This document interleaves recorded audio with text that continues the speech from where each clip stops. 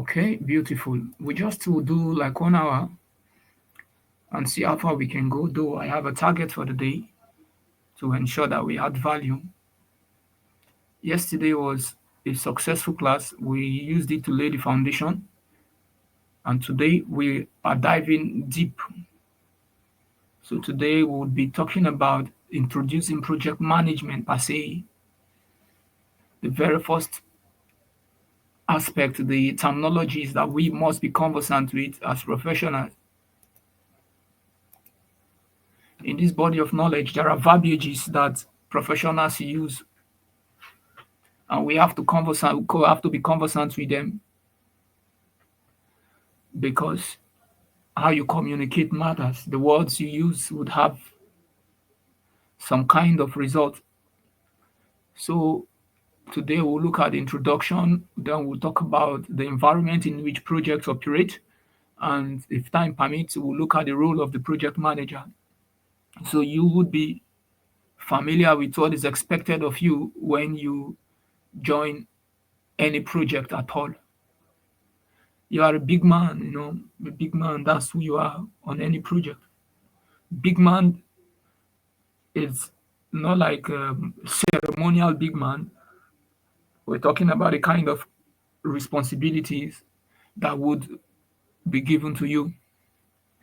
So then when we come back Saturday, we will look at project integration management. I think on Saturday, this is what we'll do, just project integration management. Then Sunday, we'll talk about the project scope management. All these areas are distinctive areas that we must know. So now we are in an industry, project management is something that is highly regulated. There are standards that are used. And without these standards, we will not be able to deliver results. And this standard is what the Project Management Institute has put forward in the PMBOK, that is the Project Management Body of Knowledge Guide. And this is based on the foundational references the PMI had been able to come up with.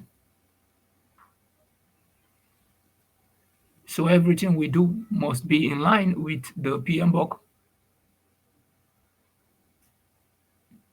Then we use common vocabulary, like I said. And this is good for our own discipline. We wouldn't want to now start using some pharmaceutical words when we are on a project. And then we still have the code of ethics and professional conduct. There is a way that is expected of us to carry ourselves, to conduct ourselves. And PMI, the Project Management Institute, publishes the code of ethics and professional conduct. And this is to ensure that we as practitioners, we have confidence in our profession and to help our clients make some wise investment decision. Just as we have been talking about project. Now, what is project per se? I believe we need to know what project is as per the professional understanding, because if the way you describe or define project is not sufficient, you will poorly manage project. So what is project? Project, it's a temporary endeavor. You know what something is temporal? It's something that does not last forever. It's a temporary endeavor that is undertaken to create a unique product, undertaken to create a unique service, undertaken to create a unique result. That is project. So always you must be able to understand the temporariness of your project. You know it does not last forever. So how long would it last?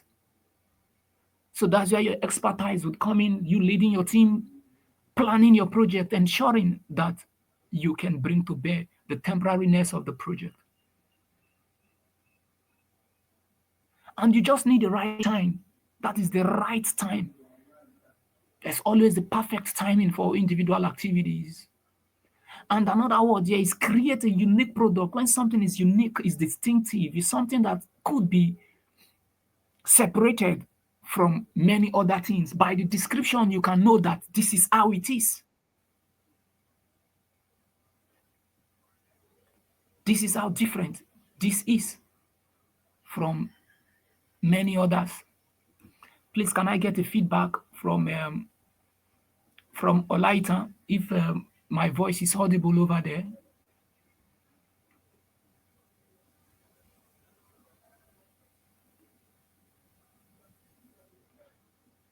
Okay. Who else can hear me? Like Olaita is busy. You're good. Okay, beautiful. Yes, you are audible. Let's move on. So that is it. The uniqueness of the project. That is where the project scope management that we would be starting on Sunday next week, the project scope. So we will learn how to define the project scope because we want to describe the project to be part of, to have only those things it must have. We don't want to import things into it because if you import things into it, you will get a different result. You don't want to give more than what is expected of you. On whose budget? So we must create a product. We must carry out a service, the service of any kind. So now that you have good understanding of project, that is a temporary endeavor, that is undertaken to create a unique product, service, or result, what is your understanding about the management of this project?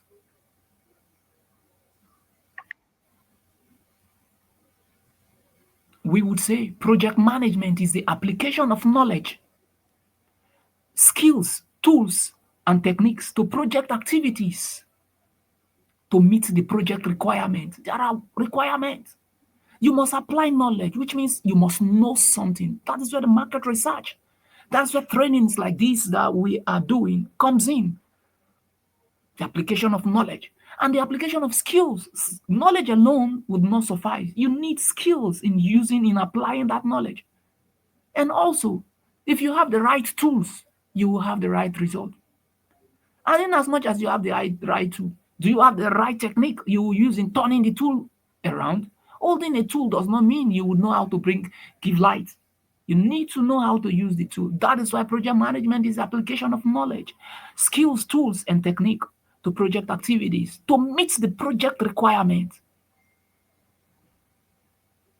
And we would accomplish this through the application and integration of 49 logical grouped project management processes. Now, there are project management sub-processes and there are project management processes. So we have 49 logical grouped project management processes. We have 5 major processes. This is your secret. This is what I want to give to you. This is part of what I'm going to be giving to you that you put right in front of your pocket. When you're on any project, you just, open it carefully and be looking at the applicable processes that you will bring out to fix things, to turn things around and deliver result. 49 and 5 major processes. We'll talk about them. Let's move on.